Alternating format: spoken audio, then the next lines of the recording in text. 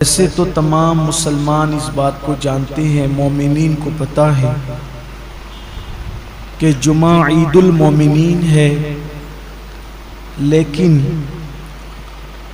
جو رمضان المبارک کا جمعہ ہے اس کی فضیلت اور خصوصیت کچھ اور ہی ہے۔ جیسے ہی جمعرات کا سورج غروب ہوتا ہے رمضان شریف میں، تو جمعہ کا سورج غروب ہونے تک ہر لمحے کو ہم، چونکہ حدیث میں لمحے کا ذکر ہے، اگر آج کی اصطلاح کے اعتبار سے اس کا ترجمہ کریں تو ہو جاتا ہے ہر سیکنڈ۔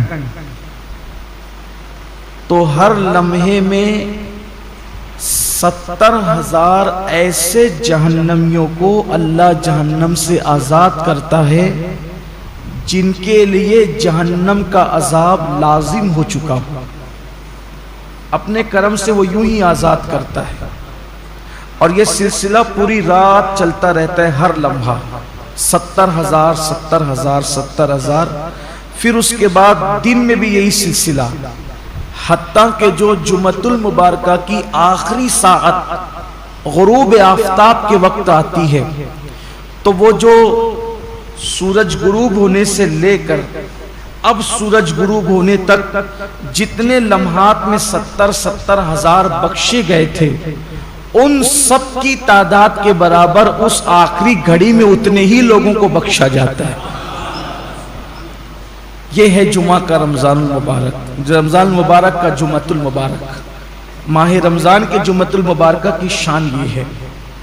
اب آپ اندازہ کریں کہ ہم کتنے قیمتی لمحات میں ہیں، اور یہ لمحات کتنے قیمتی ہے، اس لیے اس کو غنیمت جاننا چاہیے، اس کا احترام کرنا چاہیے، اس کی تعظیم کرنا چاہیے۔ اللہ قرآن مقدس میں ارشاد فرماتا ہے وَمَن يُعَظِّمْ شَعَائِرَ اللَّهِ فَإِنَّهَا مِن تَقْوَى الْقُلُوبِ، کہ جو اللہ کی نشانیوں کی تعظیم کرتے ہیں تو یہ دلوں کے تقوی کی وجہ سے، یعنی جن کے دلوں کو اللہ نے تقوی کے لیے چن لیا ہے، وہ اللہ کی نشانیوں کی تعظیم کرتے ہیں۔ اللہ کی نشانیوں کی تعظیم کا مطلب کیا؟ پہلے اللہ کی نشانی کیا؟ جیسے قربانی کے جانور، یہ اللہ کی نشانی، کعبۃ اللہ شریف اللہ کی نشانی ہے، صفا مروہ اللہ کی نشانی ہے، اولیاء اللہ کے مزارات اللہ کی نشانی ہے، اولیاء اللہ کا وجود اللہ کی نشانی ہے۔ اسی طرح ماہ رمضان شریف اللہ کی نشانی ہے۔ اللہ کی نشانی کا مطلب دیکھو، نشانی اس کو کہتے ہیں جس کو دیکھ کر اصل یاد آئے، جس کو دیکھ کر ہم کہتے ہیں یہ فلاں کی نشانی، یہ فلاں، یعنی جب میں یہ دیکھتا ہوں تو وہ یاد آتا ہے۔ جیسے کسی نے مجھے انگوٹھی دی تو یہ انگوٹھی فلاں کی نشانی، کہ میں انگوٹھی دیکھتا ہوں تو دینے والا یاد آتا ہے۔ تو جن جن چیزوں کو دیکھنے سے خدا یاد آتا ہے وہ اللہ کی نشانی ہے، اور جو اللہ کی نشانیوں کی تعظیم کرے، احترام کرے، تو یہ اس کے دل میں تقوی ہے، اللہ کا ڈر ہے، وہ اس کے دل میں پرہیزگاری ہے، اس بنیاد پر وہ اللہ کی نشانیوں کی تعظیم کرتا ہے۔ تو اب رمضان المبارک کا احترام وہی دل کر سکتے ہیں، وہی قلوب کر سکتے ہیں جس دل کے اندر تقوی موجود ہے، پرہیزگاری موجود ہے، اللہ رب العزت کا خوف موجود ہے۔ انہی لوگوں کو اللہ توفیق دیتا ہے نشانیوں کے احترام کی اور نشانیوں کی تعظیم کی۔ اب ہم دیکھیں کہ کیا ہمارے دل کے اندر اللہ کی نشانیوں کی تعظیم ہے؟ ہر نشانی کی تعظیم الگ الگ ہے۔ تب رمضان شریف کی تعظیم کیسے کریں گے؟ جیسے اگر کسی ولی کو دیکھیں، کسی اللہ والے کو دیکھیں، تو اس کی تعظیم یہ کہ ہم اٹھ کے کھڑے ہو جائیں، اس کے ہاتھوں میں ہاتھ دے دیں، زیادہ سے زیادہ تعظیم یہ کہ اس کی دستبوسی کریں، اس سے دعائیں لیں۔ لیکن کیا رمضان شریف کے لیے ہم کیسے اٹھ کے کھڑے ہوں؟ یہ دکھنے والی چیز تو ہے نہیں، اس کے ہاتھ تو ہے نہیں کہ ہم اس کے ہاتھ چوم لیں۔ تو اس کی تعظیم کا مطلب کیا ہے؟ تو سب کی تعظیم جدا جدا ہے۔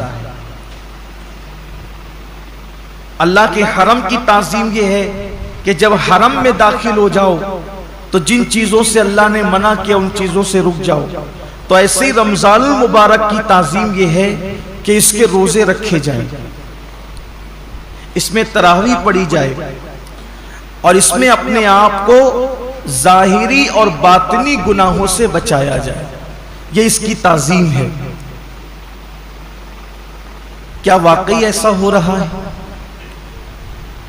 اللہ کا شکر ہے کہ ہمارے گنبد و مینار کے شہر مالیگاؤں میں ایک بڑی تعداد میں لوگ روزہ رکھتے ہیں، حتیٰ کہ ہمارے یہاں چھوٹے چھوٹے بچوں کو بھی اللہ نے یہ توفیق بخشی کہ چھوٹے بچے بھی روزہ رکھتے ہیں۔ خواتین اس میں مردوں سے کچھ آگے ہے روزے کے معاملات کے اندر، لیکن کہیں نہ کہیں اب بھی کمی ہے۔ اب بھی ایک بہت بڑی تعداد ہے جو روزہ نہیں رکھتی، روزہ رکھنے سے محروم ہے، اور وہ ان نوجوانوں کی تعداد ہے جو اس وقت محنت مزدوری کرتے ہیں، مارکیٹ میں بیٹھتے ہیں، لوم چلاتے ہیں، کاروبار کرتے ہیں، اور ان کا عذر یہ کہ دھوپ بہت ہے، تمازت بہت ہے، شدت بہت ہے۔ واقعی موسم تو گرم ہے، کچھ روزے اپریل میں ہوں گے اور کچھ روزے مئی میں بھی ہوں گے، بلکہ پورا آخری عشرہ مئی میں ہوگا، اور گرمی کا اور محنت کا عذر پیش کر کے لوگ روزہ چھوڑ دیتے ہیں۔ پہلی بات تو یہ ہے کہ موسم کا عذر یا محنت کا عذر پیش کر کے روزہ چھوڑنے کی اجازت نہیں ہو سکتی، بلکہ اگر محنت مزدوری کی وجہ سے آپ روزہ چھوڑتے ہیں تو اسلام کا حکم یہ جو احکام شرع ہے وہ بتا رہا ہوں آپ کو، کہ ایک طرف روزہ چھوٹتا ہے کام دھام کی وجہ سے، آپ اپنے اندر طاقت نہیں پاتے کہ محنت بھی کریں اور روزہ بھی رکھیں، تو روزہ نہیں چھوڑ سکتے۔ آپ کو شریعت یہ حکم دیتی ہے کہ آپ اپنی مصروفیات کم کر دیجئے، آپ کام شارٹ کیجئے، لیکن روزہ آپ کو رکھنا ہے۔ اس لیے کہ رمضان شریف کے ایک روزے کی اہمیت یہ ہے، ایک روزے کی، کہ جان بوجھ کر اگر کسی نے رمضان شریف کا ایک روزہ چھوڑ دیا اور اس کے بدلے میں پھر وہ پوری زندگی روزہ رکھے، تو زندگی بھر کے تمام روزے اس ایک روزے کی فضیلت کو نہیں پہنچ سکتے جو ماہ رمضان شریف میں رکھا گیا ہے۔ ماہ رمضان شریف کے روزے کا بدل زندگی بھر کے روزے نہیں ہو سکتے، جو فضیلت ان دنوں کی ہے۔ یہ موسم ہے روزے کا، اور کچھ لوگ چھوٹی موٹی بیماری کا بہانہ لے کر بھی روزہ چھوڑتے ہیں۔ ہر چھوٹی موٹی بیماری پر روزہ چھوڑنے کی اجازت نہیں ہے، گنہگار ہوں گے، سخت گنہگار ہوں گے۔ جس نے ایک روزہ رمضان شریف کا چھوڑا پھر اس کو قضا بھی کرنا پڑے گا ایک روزہ، اور توبہ بھی کرنی پڑے گی۔ یہ بھی عوام میں غلط فہمی ہے کہ جو لوگ سوچتے ہیں کہ رمضان شریف کا ایک روزہ چھوڑ دیا جان بوجھ کر تو 60 روزے رکھنے پڑیں گے، ایسا نہیں ہے، ایک ہی روزہ رکھنا ہے۔ یہ اصل میں جو بلا وجہ روزہ توڑ دیتے ہیں رکھ کر، 60 روزے ان کے لیے کفارے میں، لیکن جس نے روزہ چھوڑ دیا بہت برا کیا، اس نے ایک ہی روزہ رکھے گا بعد میں قضا، لیکن ساتھ ہی اس کو توبہ بھی کرنی پڑے گی۔ صرف روزہ قضا کرنے سے معاملہ ختم نہیں ہوگا، سچی توبہ بھی اس کے ساتھ لازم ہوگی۔ بلکہ جن لوگوں کے روزے کسی وجہ سے، لا علمی کی وجہ سے پہلے چھوٹ گئے، تو وہ عام دنوں میں غیر رمضان میں ان روزوں کی دھیرے دھیرے قضا کر لیں۔ روزہ نہ رکھنے کا وبال بڑا دردناک ہے۔ اللہ کے رسول صلی اللہ علیہ وآلہ وسلم فرماتے ہیں کہ میں نے جب شب معراج جہنم کا مشاہدہ کیا تو میں نے دیکھا کہ کچھ لوگوں کے جبڑوں کو آگ کی کینچی سے کاٹا جا رہا ہے۔ میں نے پوچھا جبریل یہ کون لوگ ہیں؟ عرض کیا یا رسول اللہ صلی اللہ علیہ وآلہ وسلم یہ آپ کی امت کے وہ لوگ ہیں جو ماہ رمضان شریف میں روزے نہیں رکھتے تھے۔ اس لیے یہ دنیا ہے، یہاں تو روتے گاتے گرتے پڑتے خوشی غمی میں زندگی کیسے بھی گزر جائے گی، لیکن ایک دن آخرت ہے، دنیا ختم ہونے والی ہے اور آخرت کبھی ختم نہیں ہوگی۔ آج عمل کر سکتے ہیں، اس کی اہمیت کا اندازہ نہیں ہے، جب اس عمل کا صلہ ملے گا اور عمل نہ کرنے پر سزا ملے گی تب انسان پچھتائے گا کہ کاش میں نے اس کا فائدہ اٹھا کر زندگی کا کچھ نیکیاں اکٹھا کر لی ہوتی، کچھ عمل کر لیا ہوتا، بلکہ مرنے والے اللہ کی بارگاہ میں منت کرتے ہیں کہ میرے اللہ ہمیں صرف 2 رکعت دنیا میں جا کر پڑھنے کی اجازت دے دے۔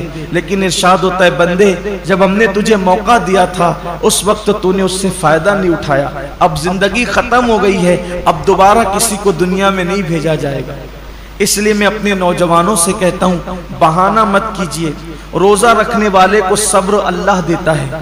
اور ایک بات آج آپ سے کہنا چاہتا ہوں، اگر کسی غربت کی، تنگ دستی کی یا محنت مزدوری کی وجہ سے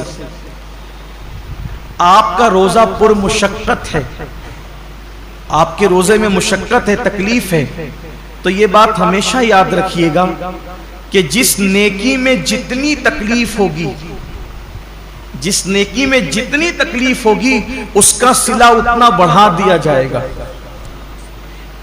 روزہ رکھ کر اے سی میں سونے والوں کا ثواب الگ ہے اور روزہ رکھ کر لوم چلانے والوں کا ثواب الگ ہے، دونوں کا ثواب یکساں نہیں ہے۔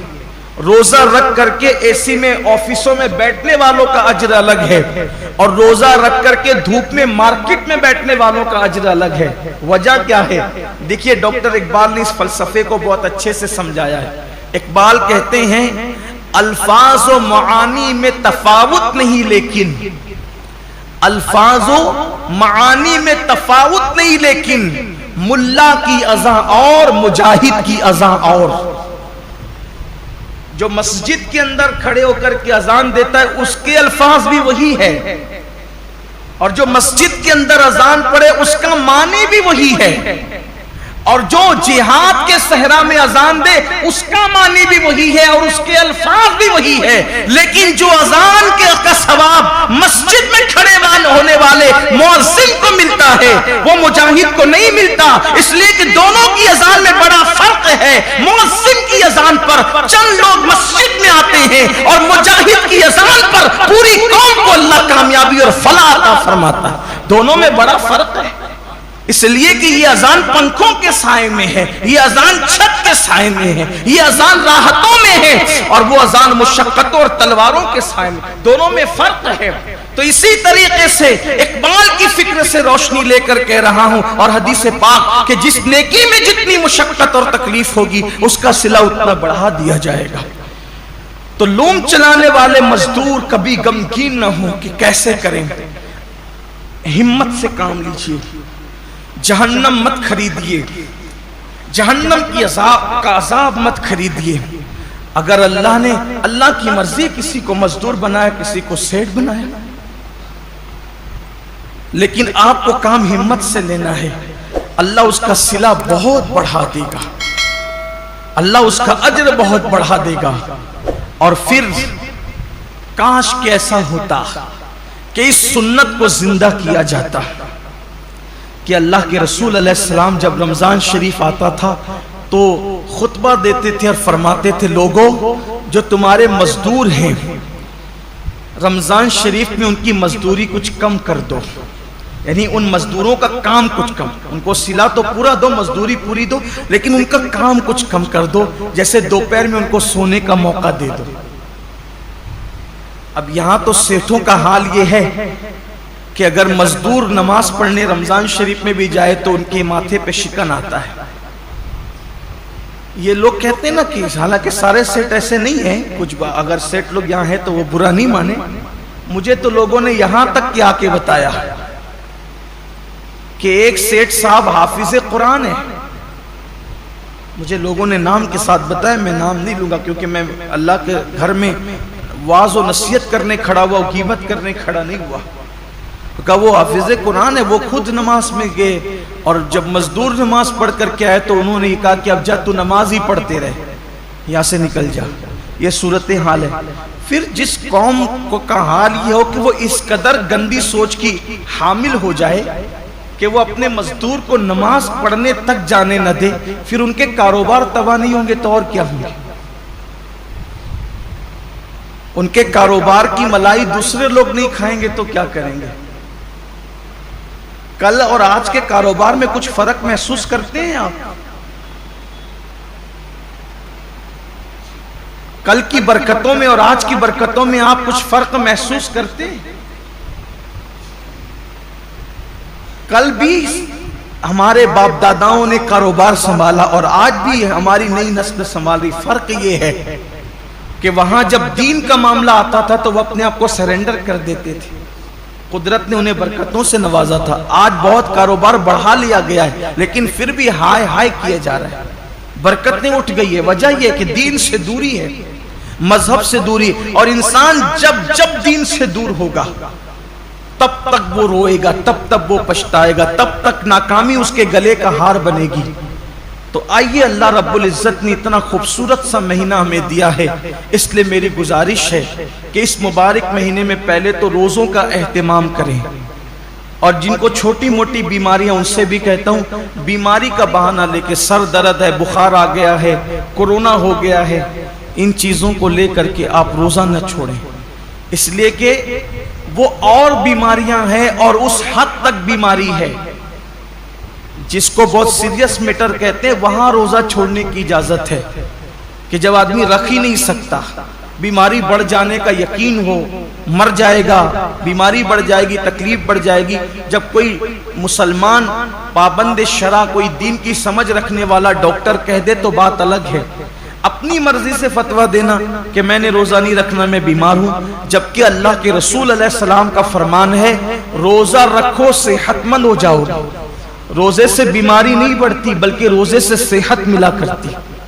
جب اللہ کے رسول نے کہہ دیا جو طبیبوں کے طبیب ہے, جو حکیموں کے حکیم ہے, جو صرف جسموں کے حکیم نہیں بلکہ روحانیت کے بھی حکیم و طبیب ہے, تو جب اس رسول نے فرما دیا روزہ رکھو صحت مند ہو جاؤ گے تو پھر صحت ملنا ہی ملنا ہے. اس لیے بہانہ نہ کرو. ایک حدیث پاک اور یاد آتی ہے, فرمایا گیا ہر قسم ہر چیز کی زکوٰۃ ہے. ہر چیز کی, جیسے مال کی زکوٰۃ, جس نے مال کی زکوٰۃ دے دی اس کا مال اللہ کے قلعے میں محفوظ ہو گیا, اب اس کے مال کو کوئی نقصان نہیں ہو سکتا. ایسے ہی جان کی بھی زکوٰۃ ہے, جسم کی بھی زکوٰۃ ہے. تو جان کی زکوٰۃ کیا ہے؟ میرے آقا علیہ السلام فرماتے ہیں روزہ یہ تمہاری جان کی زکوٰۃ ہے, تمہارے جسم کی زکوٰۃ. مطلب جو لوگ روزہ رکھ لیتے ہیں اب ان کی جان بھی اللہ محفوظ کر لیتا ہے, وہ مہلک بیماریوں سے, موذی بیماریوں سے محفوظ ہو جاتے ہیں. آپ دیکھیے اللہ کے اولیاء, آج جتنی کثرت سے بیماریاں ہیں پہلے نہیں تھی, اور جو بیماریاں آج ہیں وہ پہلے نہیں تھی. کیوں؟ اس دور میں لوگ صرف رمضان شریف کے روزے نہیں رکھتے تھے بلکہ مہینے میں 13, 14, 15 تاریخ کو بھی اکثر مسلمان روزہ رکھتے تھے. 3 روزے تو مہینے میں رکھتے ہی تھے مسلمان. پھر اس کے بعد جو اور دین سے قریب تھے وہ پیر اور جمعرات کے بھی روزے رکھتے تھے. پھر موقع بموقع عاشورہ کا روزہ, یہ روزہ, وہ روزہ, یعنی جو موقع آیا اس کے بہانے سے روزے رکھتے تھے. اس لیے یہ بیماریاں ان کو نہیں تھی جن بیماریوں میں ہم مبتلا ہیں. کیوں؟ کیونکہ وہ جسم کی زکوٰۃ نکالتے رہتے تھے, اور جب زکوٰۃ نکلتی رہے گی تو جسم محفوظ ہوتا رہے گا. ہم سمجھتے کہ کھانے سے طاقت ملتی, طاقت کھانے سے نہیں ملتی. کھانا تو ایک بہانہ ہے. فرمایا گیا کم کھانا یہ صحت انسان کو صحت مند کرتا ہے, کم غذا انسان کو صحت مند کرتی. ہم کھانے کے لیے پیدا نہیں ہوئے, کھانا ہمارے لیے پیدا ہوا. بزرگوں نے فرمایا جینے کے لیے کھایا کرو, کھانے کے لیے جیا مت کرو, اللہ کے لیے جیو. یہ انسان کی سوچ اور فکر ہونا چاہیے.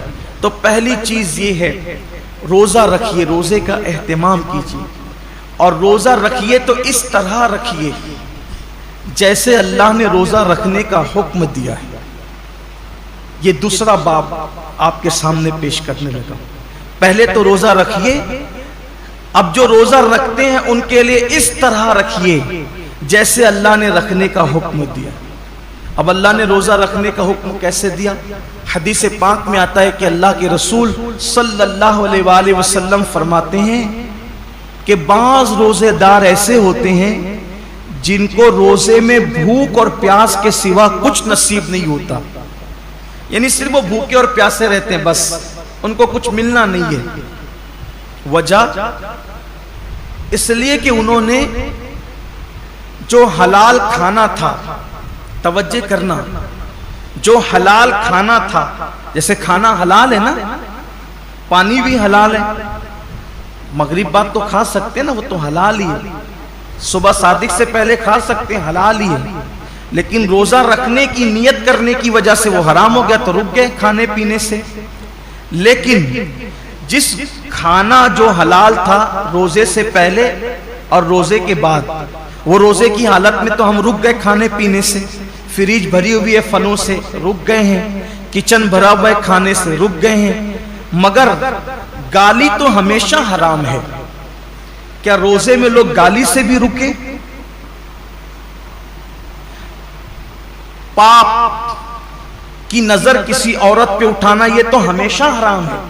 کیا آنکھوں کو بھی لوگوں نے کنٹرول کیا؟ نماز ترک کرنا یہ ہمیشہ حرام ہے، نماز کو چھوڑ دینا یہ ہمیشہ حرام ہے۔ کیا لوگ روزے کی حالت میں نماز کے پابند ہوئے؟ بے شمار روزے دار ہیں جو نیند سے اٹھتے ہیں، بستر پہ سحری کھاتے ہیں، وہیں سو جاتے ہیں۔ یہ کون سا روزہ ہے جس میں کوئی نماز ہی نہیں؟ یہ کون سا روزہ؟ روزے کے متعلق میرے آقا صلی اللہ علیہ وآلہ وسلم کے فرمان کا مفہوم ہے، روزہ وہ ہے صحیح معنی میں، کون سا روزہ؟ جو آنکھ کا بھی روزہ ہو، جو زبان کا بھی روزہ ہو، جو کان کا بھی روزہ ہو، جو ہاتھ کا بھی روزہ ہو، جو پیر کا بھی روزہ ہو۔ آنکھ کا روزہ یہ ہے کہ جن چیزوں کو اللہ نے حرام کر دیا روزے کی حالت میں انہیں نہ دیکھو۔ یہاں تو روزے میں لوگ گیم کھیلتے بیٹھے ہوئے، دیکھ لیجئے ٹائم پاس کر رہے ہیں۔ کیوں بھائی گیم کھیلتے ہو، تسبیح کیوں نہیں پڑھ سکتے؟ یہ تو مہینہ تسبیح اور تلاوت کا ہے، درود شریف کا ہے۔ اچھا یہ تو گیم کھیلنے، اس میں کوئی تصویر تو نہیں ہے، یہ حرام تو نہیں ہے۔ اسلام میں وقت ضائع کرنا ہی حرام ہے، تضییع اوقات حرام ہے اسلام کے اندر۔ گیم کھیلنا موبائل پر یہ حرام ہے۔ حالت روزہ میں یہ کون سا حرام کام لوگ لے کے بیٹھ گئے؟ بچے گیم کھیل رہے ہیں، جوان گیم کھیل رہے ہیں، عورتیں گیم کھیل رہی ہیں، لگے ہوئے سب موبائل پر۔ تو روزہ رکھا تو کیا معاذ اللہ ہم نے احسان کیا کہ آپ گیم کھیلنے بیٹھ گئے؟ یہ روزہ تو نہیں ہو سکتا۔ کچھ لوگ سیریل دیکھتے ہیں روزے کی حالت میں، بلکہ یہ روحانی تربیت کا مہینہ ہے کہ جب آنکھوں سے پاک نہیں ہوگا، کانوں سے ناجائز حرام چیزیں نہیں سنیں گے، ہاتھ سے کسی پہ ظلم نہیں کریں گے، زبان سے کسی کو گالی نہیں دیں گے، جھوٹ نہیں بولیں گے، غیبت نہیں کریں گے، پیر سے حرام جگہ چل کر نہیں جائیں گے، تو ایک مہینے کے اندر یہ روحانی تربیت ہوگی۔ تو جب رمضان شریف تو چلا جائے گا لیکن یہ نیک عادتیں انسان میں باقی رہ جائے گی، اس طریقے سے انسان کی زندگی بدل جائے گی۔ یہ مہینہ بدلنے کے لیے آتا ہے، یہ مہینہ انسان کو تبدیل کرنے کے لیے آتا ہے، یہ مہینہ انسان کی زندگی میں انقلاب برپا کرنے کے لیے آتا ہے۔ اب زبان جھوٹ بول ہی رہی ہے۔ کچھ لوگوں کا تو روزہ اس وقت تک مکمل ہی نہیں ہوتا جب تک وہ دو چار لوگوں سے جھگڑا نہ کریں۔ بڑا نازک ہوتا ہے کچھ لوگوں کا روزہ، یعنی ان کا دماغ چڑچڑا ہو جاتا ہے روزے کے اندر، اس سے لڑ، اس سے جھگڑ، اس کو گالی دے، اس سے یہ حالت ہوتی ہے۔ روزہ یہ نہیں، اللہ کے رسول علیہ السلام فرماتے ہیں اگر کوئی روزے کی حالت میں تم سے جھگڑا کرے تو اس کو کہہ دو کہ بھئی میں روزے سے، میں اپنا روزہ خراب نہیں کرنا چاہتا۔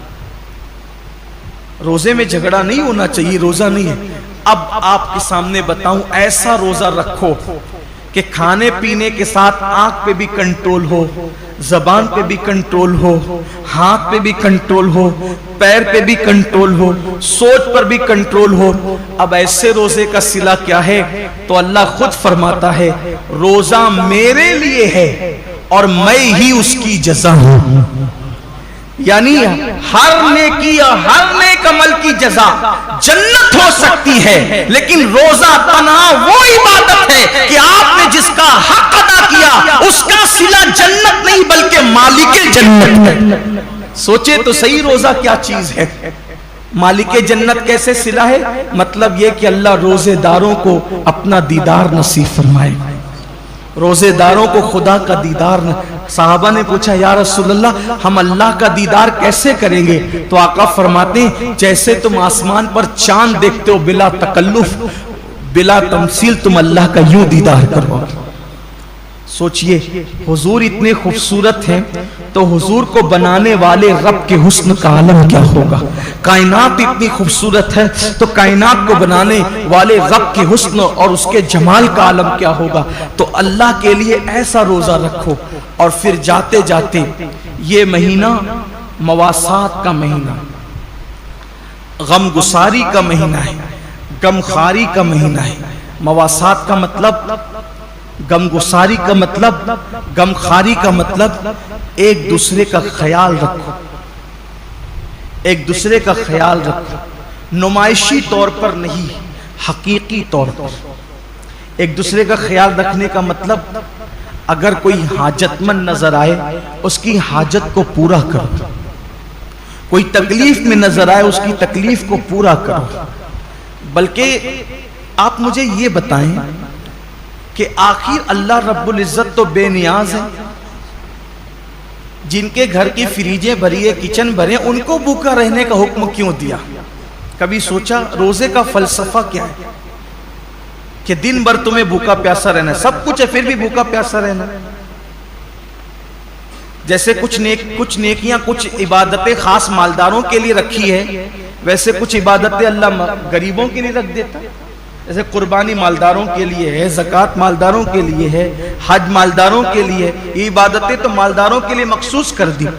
تو روزے جیسی بھوکے پیاسے رہنے کی عبادت بھی غریبوں کے لیے مخصوص کر دیتا. ایسا کیوں ہوا؟ سب روزہ رکھو، سب کو بھوکا پیاسا کیوں رکھوا رہا ہے؟ وجہ یہ ہے کہ مالدار لوگ 11 مہینے پیٹ بھر کے حلق تک کھاتے ہیں، تو ان کو پتا نہیں ہوتا ہے کہ بھوکوں کی بھوک کیا ہوتی ہے. جو بندہ جس تکلیف سے گزرے گا نہیں اس کو اس تکلیف کا احساس کبھی نہیں ہوگا. جو یتیم نہیں تھا اس کو یتیموں کا درد کبھی پتا نہیں چل سکتا. جو غریب نہیں ہو اس کو غریبوں کا درد کبھی پتا نہیں چل سکتا. جو پیدائشی مالدار ہو ان کی فکر میں اور جو غریبی سے مالدار کی طرف آئے ہیں ان کی فکر میں زمین آسمان کا فرق ہے.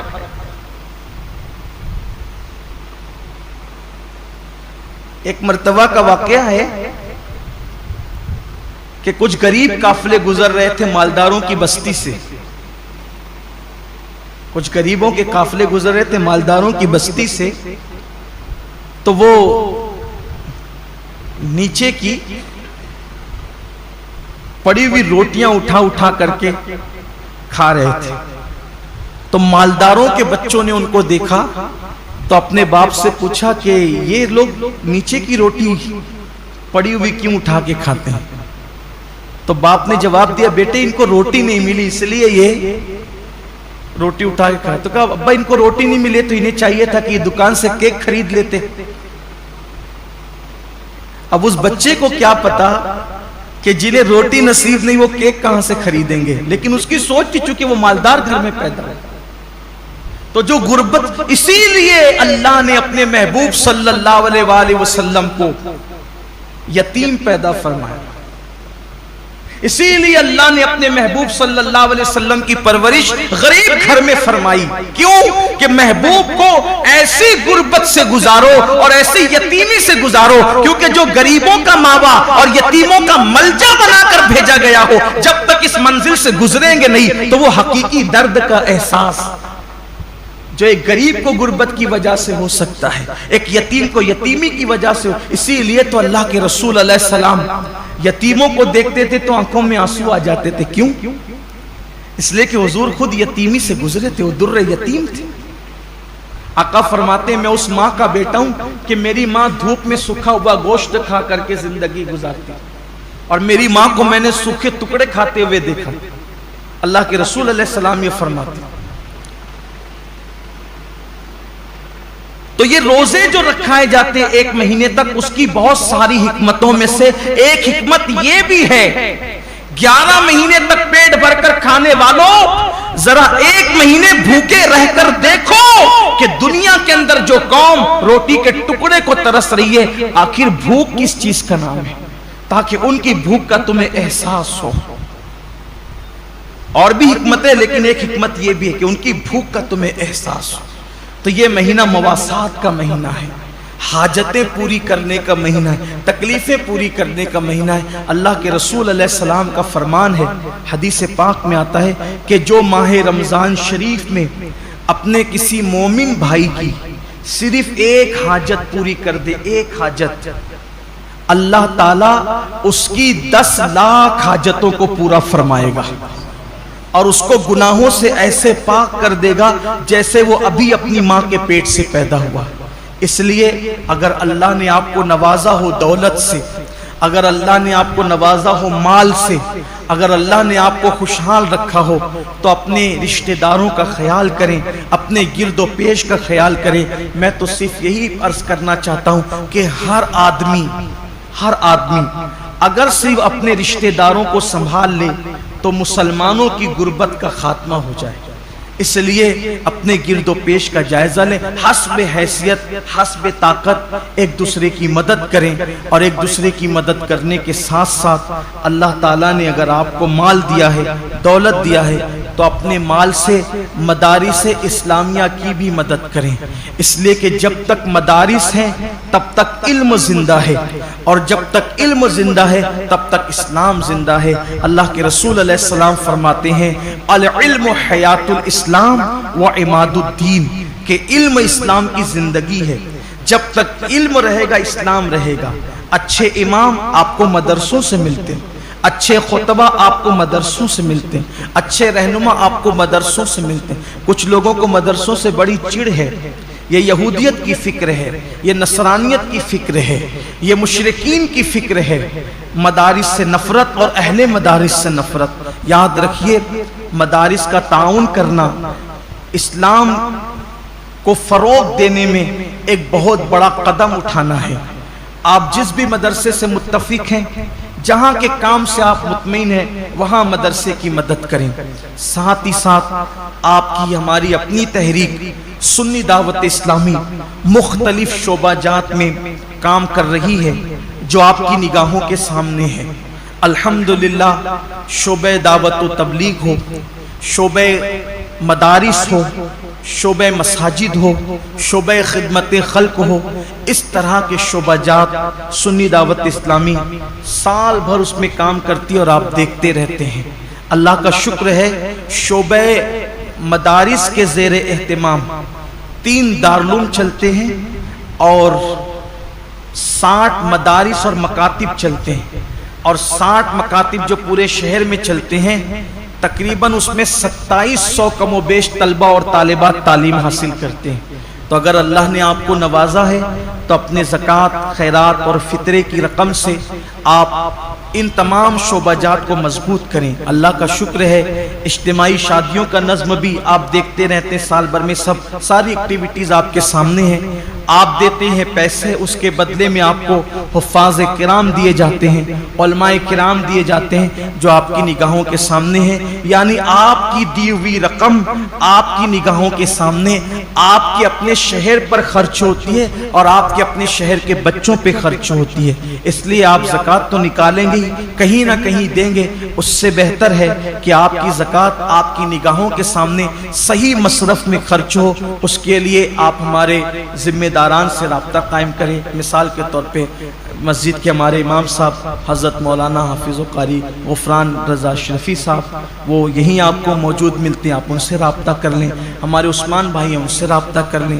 ہمارے جمیل بھائی ہیں، ان سے رابطہ کر لیں۔ دیگر احباب ہیں، لیکن میری گزارش ہے کہ آپ شعبہ مدارس و مساجد کو اور تحریک کو اپنے عطیات سے، زکوٰۃ و صدقات سے ضرور مضبوط اور مستحکم کریں، تاکہ اللہ تعالیٰ کا دین مزید فروغ پائے اور دین کو اللہ تعالیٰ مزید ترقی عطا فرمائیں۔ ساتھ ہی ساتھ اپنے رشتہ دار اور احباب کا بھی اور اپنے آس پڑوس کا بھی خصوصی خیال فرمائیں اور خصوصی توجہ فرمائیں۔ اللہ تبارک و تعالیٰ پوری امت پر کرم کی نظر فرمائیں اور خاص طور پر 2 وقت کو ضائع نہ کریں، 2 ٹائم کو ضائع نہ کریں۔ ایک تو سحری کا آخری وقت جو فجر سے پہلے کا ہوتا ہے، اور ایک تو افطار کا وقت جو بالکل غروب کے قریب ہوتا ہے۔ یہ 2 وقت تو بہت قیمتی، پورا مہینہ ہی قیمتی ہے، لیکن یہ 2 اوقات ایسے ہیں کہ اللہ تبارک و تعالیٰ نے اپنے بندوں سے وعدہ فرمایا ہے کہ ان اوقات میں کی جانے والی دعا کو اللہ تعالیٰ رد نہیں فرمائے گا۔ اس وقت تو پورا عالم اسلام تکلیف میں، مصیبتوں میں، بلاؤں میں گرفتار ہے۔ میری گزارش ہے کہ اگر آخری وقت میں ہاتھ اٹھا دیں اور اللہ کی بارگاہ میں دعا کریں کہ اللہ تمام عالم اسلام کی مصیبتوں کو، مشکلوں کو دور فرما کر آسانیاں پیدا فرما دے، بالخصوص کورونا اور لاک ڈاؤن کی یہ جو نحوستیں ہیں اللہ سب کا خاتمہ کر دے۔ یہ تو اللہ کا احسان ہوا کہ اس سال ماہ رمضان شریف میں ہم اپنی مسجدوں میں عبادت کر لے رہے ہیں، لیکن پچھلے سال کے حالات کیسے تھے؟ اس لیے خصوصی گڑ گڑا کر اللہ کی بارگاہ میں دعا کریں، اور اللہ کا کوئی بندہ اللہ کی بارگاہ میں دعا کرتا ہے اللہ اس کی دعا کو رد نہیں کرتا۔ اس لیے گڑ گڑائیں، اللہ سے کچھ مانگ لے۔ یہ لمحے زندگی میں بار بار آیا نہیں کرتے، پتہ نہیں کس کی زندگی کتنی ہے، کس کا وقت کتنا ہے۔ اس لیے فجر سے پہلے کا جو وقت ہے، سحری کا وقت، اس میں خوب گڑ گڑا لیں۔ ہو سکے تو 2 رکعت نفل نماز تہجد کی پڑھنے، اور اس کے بعد 5 سے 10 منٹ کا وقت نکال کر اللہ کی بارگاہ میں روئے، گڑ گڑائیں اور خوب مانگیں۔ انشاءاللہ سارے آپ کے مسائل بھی اللہ حل فرمائے گا، امت کے مسائل بھی حل فرمائے گا، اور ساتھ ہی ساتھ افطار کے وقت جو ٹائم ہوتا ہے اس میں بھی دعا کریں۔ اس وقت بھی دعا کی قبولیت کا اعلان کیا گیا ہے۔ مانگنے والا کتنا بھی گنہگار ہوگا، مجرم ہوگا، لیکن اللہ تبارک و تعالی ضرور عطا فرمائے گا۔ یہ 2 اوقات ایسے ہیں، اس لیے ان دونوں ٹائم دعاؤں کا اہتمام کریں، اور صرف اپنے لیے ہی نہ مانگیں بلکہ پوری امت کو شامل کریں۔ اللہ تبارک و تعالی ہم سب کو اس کا خیال کرنے کی توفیق عطا فرمائیں۔ گفتگو کے درمیان اگر کوئی غلطی ہو اللہ تعالی معاف فرمائیں۔